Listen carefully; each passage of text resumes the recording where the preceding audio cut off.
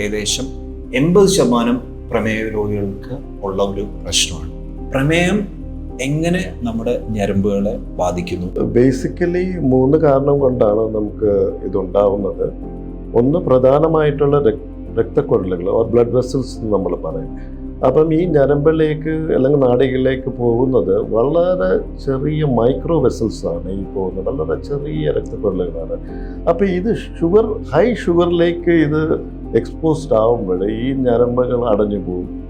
So അത് കാരണം രക്തം ഓട്ടം കുറയും ഈ ഞരമ്പുകളിലേക്ക്. അപ്പോൾ അതാണ് ഒരു പ്രധാന കാര്യം, that is loss of blood supply or lack of blood supply.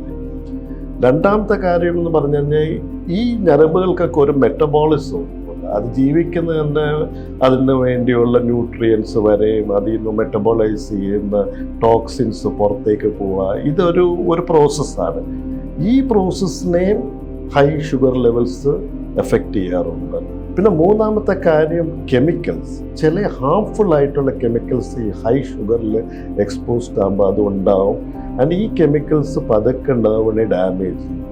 So ഈ 3 പ്രധാന കാരണങ്ങൾ കൊണ്ടാണ് ഡയബറ്റീസിൽ ഞരമ്പിനെ ബാധിക്കുന്നതും എഫക്റ്റഡ് ആകുന്നത്.